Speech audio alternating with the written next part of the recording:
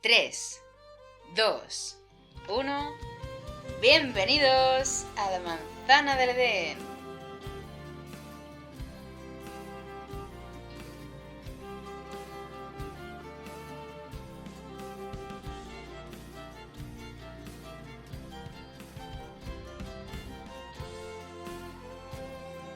Decimotercer episodio. Decimotercer episodio. ¿Eso qué quiere decir? Que el 13 es el número de la mujer. ¿Pero no es el de la mala suerte? Depende de quién te lo diga. ¿Pero por qué es el de la mala suerte? Porque la han asociado a la imagen femenina como el malo del cuento. Algo habréis hecho. Bueno, bienvenidos. Aquí estamos otra vez. Otro miércoles con vosotros. ¿Algo que decir? Ya que hemos dicho lo del 13, alguien muy especial, sobre todo para ti, que te gusta mucho, viene a continuación. Y se va a Bueno, hablar pero de su si historia. ya lo saben. El título hace spoiler. Pero nosotros tenemos que darle un poquitín de chichilla. Un poquitín de chichilla.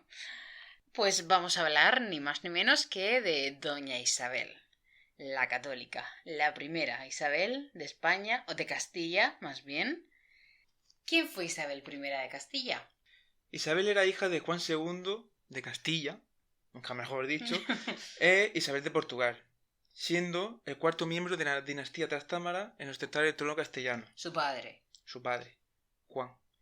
La pequeña Isabel nació en Ávila el 22 de abril de 1451, concretamente en el Madrigal de las Altas Torres. ¿Era la principal sucesora al trono? Que va, ella ocupó el tercer puesto en la línea de sucesión. Por delante de ella se encontraban sus hermanos, Enrique y Alfonso, que posteriormente será conocido como el Inocente. Enrique era el mayor y solo compartía con ella el padre. Su madre era María de Aragón, el primer matrimonio de Juan II. Alfonso, menor que Isabel, heredó el título de príncipe de Asturias. ¿Y cómo fue la infancia de Isabel? Siempre se han visto envueltos en trifulcas y luchas de poder característico de la Edad Media. A esto se unían diversas particularidades del feudalismo tardío. La nobleza competía por ver quién aspiraba al puesto más cercano al rey. Uno de estos sucesos fue la lucha entre el condestable don Álvaro de Luna y el heredero al trono, es decir, Enrique, que será conocido posteriormente como Enrique IV. A esto le apoyaban los nobles recelosos de don Álvaro. A Enrique. Uh-huh. O sea, No, los que estaban en contra de don Álvaro sí, apoyaban a Enrique. apoyaban a Enrique. Y acusaban a don Álvaro de influir demasiado sobre el rey. Todo esto lo vio Isabel y por eso se explican muchas cosas después de su reinado, de que ella no va a dejar de ser un títere más de la nobleza, porque ese periodo de Castilla se conoce como la oligarquía castellana. Claro, porque el padre y el hermano eran un pelele, ¿no? En manos de la ambición, de la nobleza. Pues venga, ahora que lo dices, vamos a hilar con Enrique, vamos a empezar por él. Cuando él llegó al trono, ¿no cambió nada? No, la verdad es que no. Cuando muere Juan II en 1454, Enrique sí que nombra a su valido, una cosa tradicional, nombra a Juan Pacheco, y lo que pasa es que a Enrique, como era un pelele igual que su padre, solo le interesaba la danza, la música y ciertas prácticas en aquella época consideradas como deshonestas. No era un político como tal. No era buen político, a él le gustaba ya vivir bien, le gustaba vivir tranquilo. De hecho vestía con ropajes árabes y mantenía una guardia compuesta sobre todo por musulmanes con quienes se decía que incluso tenía relaciones sexuales. Ojo. Con su guardia. Con su guardia, una cosa que en aquella época... Por algo la nombraría. Por algo, sí. Rumor que sobre todo se vio reforzado cuando se casó con Blanca de Navarra y no llegó a consumir el matrimonio con ella. Hoy tampoco le dio un hijo ni nada. Nada. Pero sí que sabemos que tenía una hija. ¿Juana la Beltraneja? Bueno, con su segunda mujer, pero de nuevo los rumores no están a su favor. Pero con su segunda mujer sí que consumaría el matrimonio. La cosa es que se decía que Juana, la Beltraneja, de ahí el apodo que tiene, era una bastarda, que había sido fruto de su mujer junto con Beltrán de la Cueva, que casualmente fue el nuevo favorito del rey. Hay teorías que afirman que Enrique, incapaz de cumplir su labor como marido, le pidió ayuda a Beltrán. Aunque bueno, eso también pueden ser rumores infundados por Juan de Pacheco, que se había visto relegado, el válido se había visto relegado por la llegada de Beltrán de la Cueva, que curiosamente el tío era un noble de segunda categoría, Juan era Juan de Pacheco era ya un noble de alta cuna, de una categoría muy superior a Bertrand, y se vio en una segunda posición, y eso hizo que el hombre se viese ahí. A lo mejor es que tenía una personalidad más llamativa.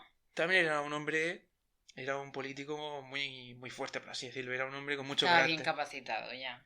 El tema de la corte, ya sea la castellana, la aragonesa, cualquier corte, pues sí, habría mucho culebro, por así decirlo. ¿Hubieron revueltas contra Enrique, ya que no cambió nada de lo que hizo su padre? Hubo revueltas y promovidas por Juan Pacheco. Este reunió a toda la nobleza que estaba en contra de Enrique. Tampoco fue muy difícil de convencer porque era un rey un poco de aquella manera.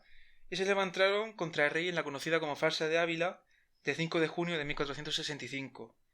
Y a raíz de ello estalló una guerra civil, creo que la segunda guerra civil castellana ya, por esta época, ya vamos por la segunda, donde usaron a Alfonso, el segundo hermano de Isabel, es decir, el hermano menor de Isabel, como banderín para utilizarlo contra Enrique. Ah, por eso el inocente. Sí, él era, de hecho, era bastante joven cuando estalló esa guerra civil, era menor que Isabel, y lo utilizaron como moneda de cambio y como estandarte para enfrentarse al rey.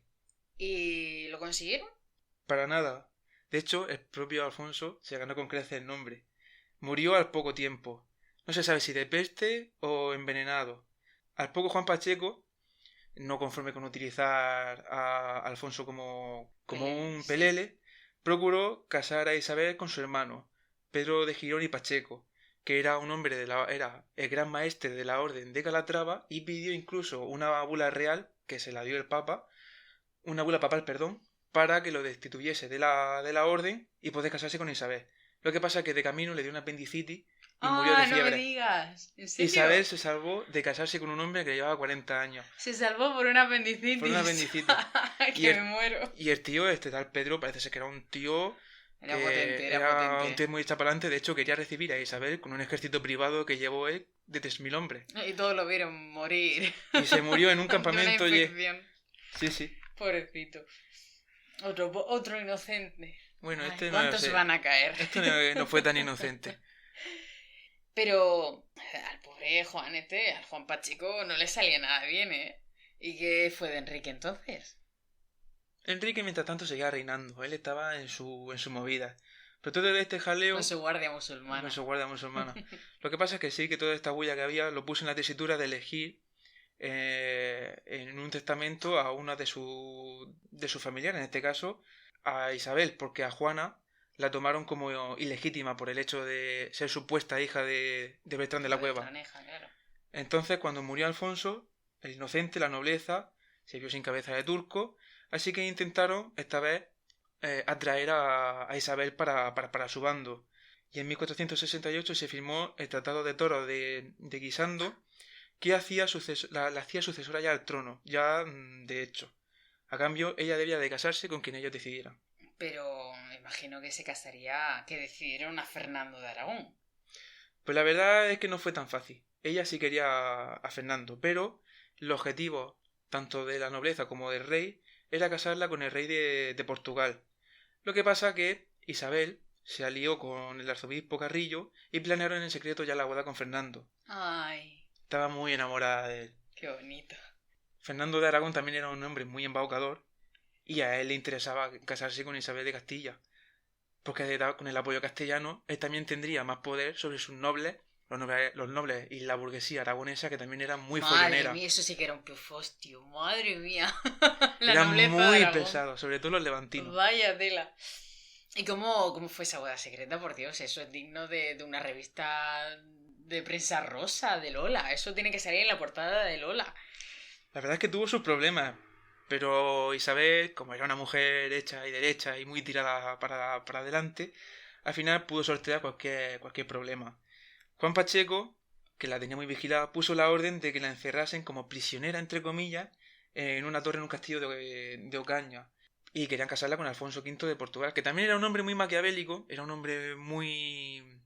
era un estilo persuasivo. A Fernando. Muy persuasivo. No como la oreja. No persuasivo. Fernando era el persuasivo. Fernando era el inteligente, el maquiavélico. Come orejas. Pero Alfonso de Portugal era el militar. Era un auténtico militar que todos los problemas que tuvo Fernando en Aragón Fernando lo solventó mediante la política, pero Alfonso de Portugal mediante las armas. Ya todo noble que se le ponía por delante poniendo cualquier traba, iba Alfonso y le plantaba cara en batalla.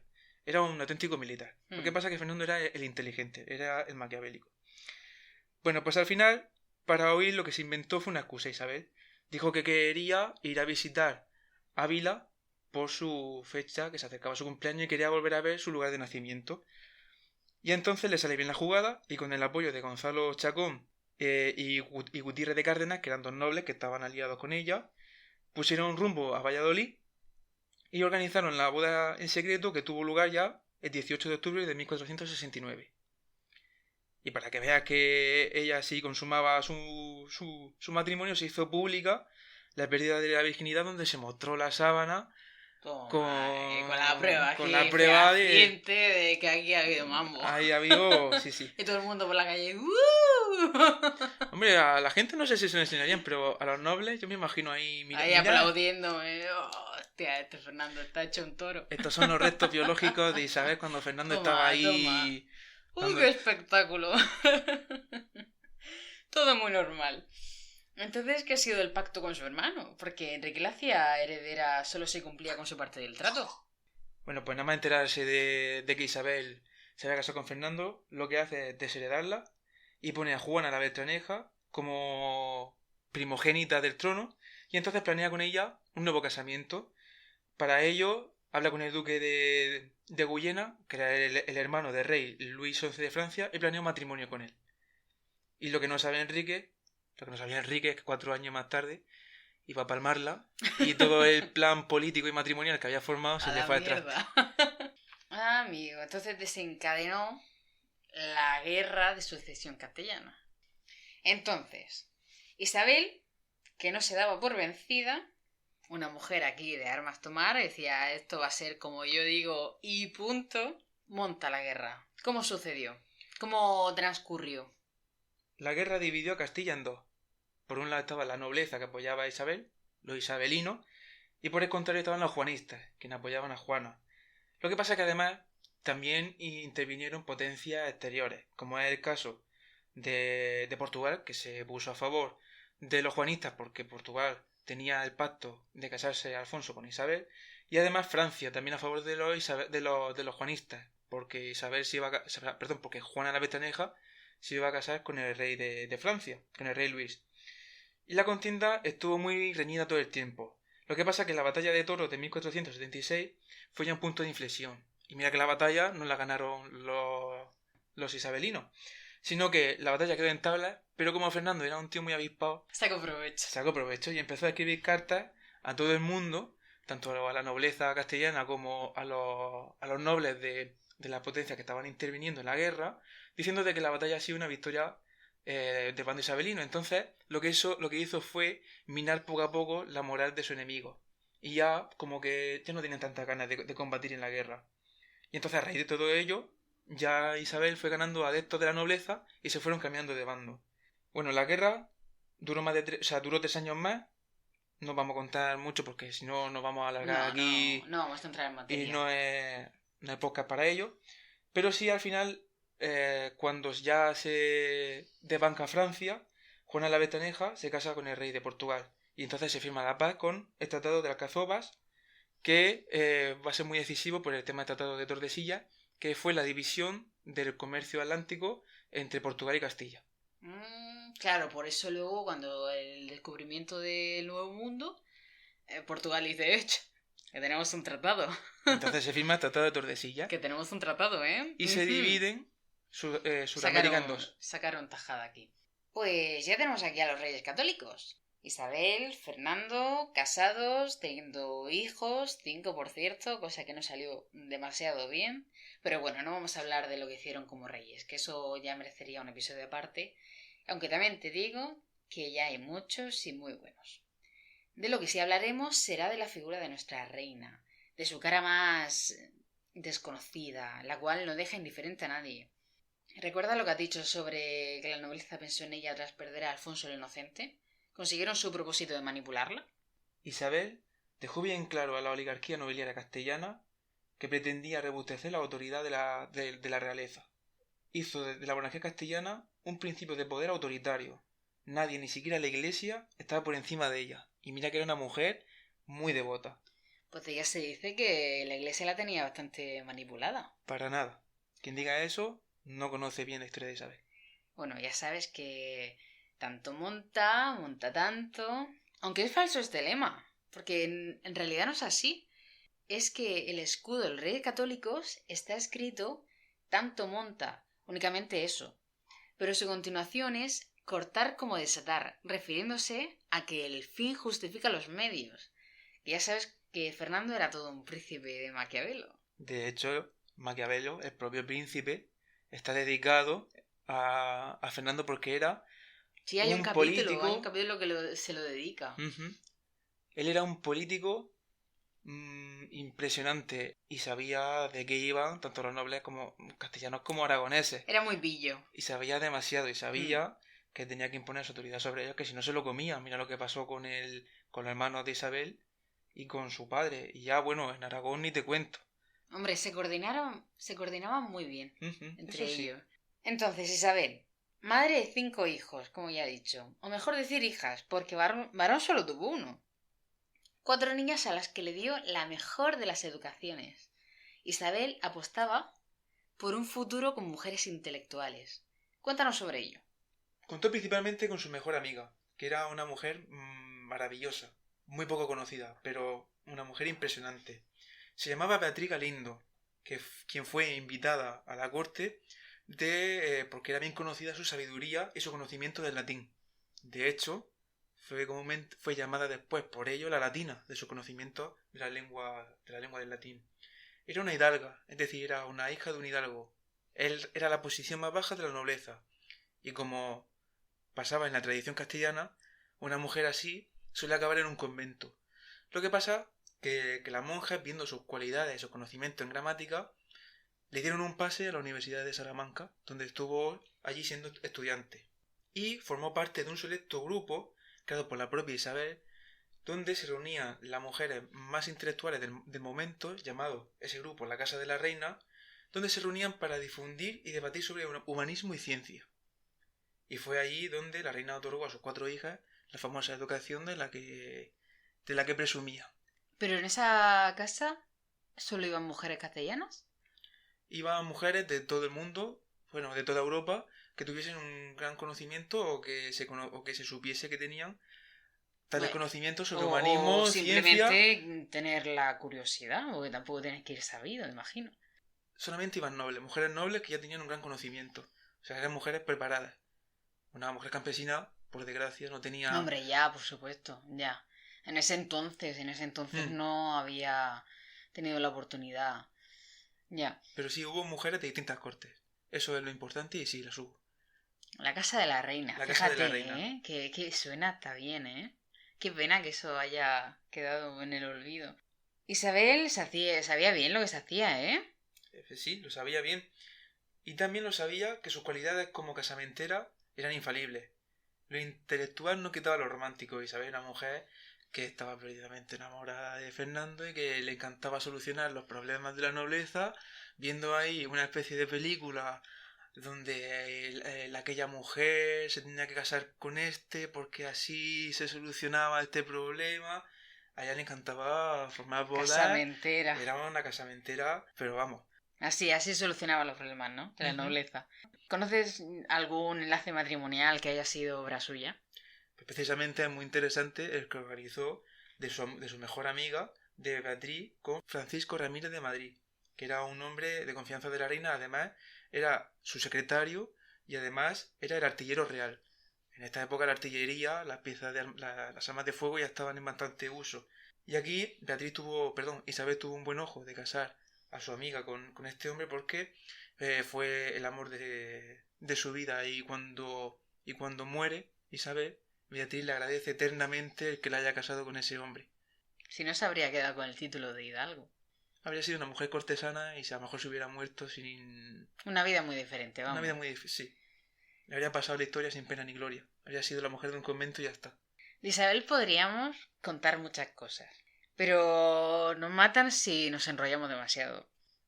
Lo que sí diré antes de pasar al tema predilecto de este podcast, la comida, es que fue ella quien inventó los hospitales de campaña. Ella, que era extremadamente buena. Muy católica. Muy católica. Pero ya no solo católica, porque eso no te hace bueno. Ella en sí era una mujer muy buena. No podía quedarse de brazos cruzados en la toma de Granada mientras morían tantos de sus hombres, por lo que ideó la estratagema de levantar unas campañas provisionales en el lugar de la contienda, que fueron llamados los hospitales de la reina. Y aquí el origen de los hospitales de campaña. De hecho, fíjate, si fue una mujer tan buena que incluso cuando ella muere, en su testamento deja clara, bueno, antes de morir, no hace su testamento después de muerta, antes de morir, deja bien claro que ella quería que se reparasen todos los costes de la guerra y todas las tragedias que había causado el conflicto con Granada, como habían causado muertos, pérdida económica y todo eso. No podía cargar con esa conciencia. No podía cargar con no. Y cuando también está por ese entonces descubriéndose América, explorándose el nuevo mundo, ella deja constancia de que quiere que a los pueblos de Sudamérica se les trate como si fuesen españoles. Bueno, pues ahora sí que sí, entramos por fin en la fase ¿qué comía nuestra reina? Pues a ver, desde el siglo XIII en Castilla las comidas se dividían a lo largo del día en 5. Algo así como lo que comemos hoy, como lo que tenemos hoy día. Primero iba el almuerzo de la mañana, después al mediodía iba el jantar, luego la merienda, la cena y por último el zaurar, que eso ya la cena. Una recena. Una recena, sí, es la recena. Si te quedas con un poco de hambre de esto que ya cena... Antes de comer, me ir a la cama con el estómago vacío. Uy, que parece que... Bueno, lo que mucha gente que a lo mejor hace eso de tomarse vaso de leche. El vaso de leche, con galletas o con alguna sí. magdalena, pues igual. Y bueno, un dato también importante es que las comidas de la corte se dividían por sexos y por orden de importancia. Por estatus social. Por estatus social. Y para ello había un elemento que lo marcaba dónde tenía que sentarse cada uno, que era el mantel. No había un solo mantel, dependiendo de la posición social que tuviese. Te sentabas con esa gente con un mantel distinto al que tuviese el rey. Que el rey compartiese mantel contigo, siendo tú de una posición inferior, significa que el rey te tenía en muy buena consideración. O que te quería trajinar. Si fuese Enrique, sí. Enrique IV. Bueno, ahora vamos a la comida en sí. En lo que respecta a las carnes, pues lo que se comía en todas las cortes del medievo. Se reunía mucho la ternera, el cerdo, el carnero, con menos frecuencia el cabrito, el ciervo, el conejo y el jabalí. En naves destacaba la gallina y el pavo real. Súper importante. La carne se solían servir asada, a la miel, con aceite, queso, fruta o confitadas. O con confituras, perdón. Con mermelada. Con mermelada, sí. Para acompañar, de tradición islámica, viene el uso del arroz y lo que hoy se conoce como fideuá. Que bueno, los fideos que se cortaban en trocitos, eso viene de la tradición islámica, que se va fusionando con las tradiciones castellanas. De la bebida, lo más importante, el vino. La cerveza no llega hasta Carlos V. Cerveza en Castilla, mientras tanto, parece ser que había una cerveza malísima como consecuencia de esa invasión islámica, que la cerveza a ellos no les gusta. Sí que les gustó más el vino, ojo, pero lo que viene siendo la cerveza, nada. Entonces, por ende, se pierde esa tradición y se va quedando el vino como bebida principal, que se rebajaba un poco porque parece ser que el de aquí era un poco fuerte. Y sigue siéndolo. Y sigue siendo bastante fuerte. Bueno, ya vamos a entrar con el plato favorito de la reina, que es lo que nos interesa, que para eso el ya plato favorito de la reina. Uh-huh. Que por cierto, antes de nada decirte que en este momento fue cuando se introdujo el tenedor. Es verdad, ya estamos en la época donde Da Vinci ya empieza a realizar tratados con dibujitos de las diferentes herramientas. Y sobre todo en Aragón. Sí. Claro, Aragón tenía esos contactos mercantiles con los puertos italianos. Aparte de contacto mercantil, Aragón por aquel entonces ya dominaba Sicilia y eso de Italia, lo que se conoce como Nápoles. Y creo que también tenían posesiones en lo que es Grecia. El ducado de Atenas creo que por esta época... Ay, me quiere sonar. Por esta época, Aragón estaba extendido por todas esas zonas del Mediterráneo.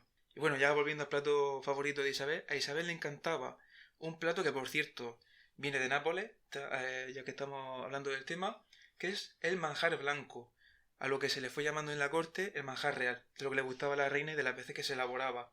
Era un alimento que sobre todo se realizaba con carne. La receta original fue elaborado por el maestro Ruperto de Nola, que fue el cocinero del rey Fernando de Nápoles. Y consistía en una cocción de gallina para después desmenuzarla y se le añadía 8 libras de leche, 8 onzas de arroz y media libras de agua rosada, que era un agua que se extraía de poner en un tarro con agua hojas no, está mal dicho, pétalos de rosa y cogía un aroma característico. Además, todo eso... Una libra de miel, ¿no? Una libra de miel también llevaba. Todo eso se iba cociendo. Y lo que sí que cambió Isabel de esa receta es que el pollo no le gustaba tanto y prefirió cambiar el pollo por la pierna de cabrito. A ella le gustaba una carne más consistente. ¿Qué pollo? Eso es comida de dieta. Échale comida Eso es comida de dieta, hombre. Efectivamente. Por cierto, parece ser que Isabel, hablando ya de esto, de que el pollo no le gustaba tanto, era una mujer que tendía a engordar. O sea, no tenía una genética muy, muy buena. A ver, y encima ella... No es que sea una genética mala. Simplemente porque tenía esa predisposición. Y encima le gusta el cabrito, pues... Sí, una carne más grasa. Pero bueno. Bueno, seguimos con la receta. ¿Qué cambia ella? Cambia el pollo por el cabrito, que se deshilachaba igual, y entonces se le añadía una salsa de almendras tostadas, migas de pan y canela. Ahí está la variante de la reina Isabel. El manjar real. Y entonces todo ese plato se le servía con una cubierta de canela y azúcar. Oye, tiene buena pinta, ¿no? Tiene buena pinta. Un día podríamos hacer algún vídeo de alguna receta de... un reel de esos de Instagram. Bueno, hoy vamos a preparar el manjar real. Tiene esto. Qué mal. Uy, que no sé hacer esas cosas. Yo tampoco. Bueno, pues esto es lo que se dice alta cocina. Que demuestra muy bien que siempre nos ha gustado comer, ¿eh? Comer bien. Aquí en España se come bien. Me alegra mucho que nos hayas dado esta pequeña clase sobre Isabel I, aunque seguro que nos hemos quedado cortos. Conforme investigabas más descubrías sobre ella, entonces es como, joder, tenemos que cortar aquí un poco la información. Y no cabe duda de que es una mujer impresionante. Digas más o digas menos de ella. Así que ya podemos dar por finalizado este podcast, este episodio tan bonito. Se podría haber quedado en más tiempo, porque de Isabel se podría hablar horas y horas. Sí, desde luego. De ella hay escrito Río de Tinta, pero... Y del marido también, ¿eh? Sí. Que Fernando, desde luego, también es para hablar largo y tendido. Nos despedimos ya. Muchas gracias por oírnos. Que paséis una semana estupenda. Y hasta luego. Adiós.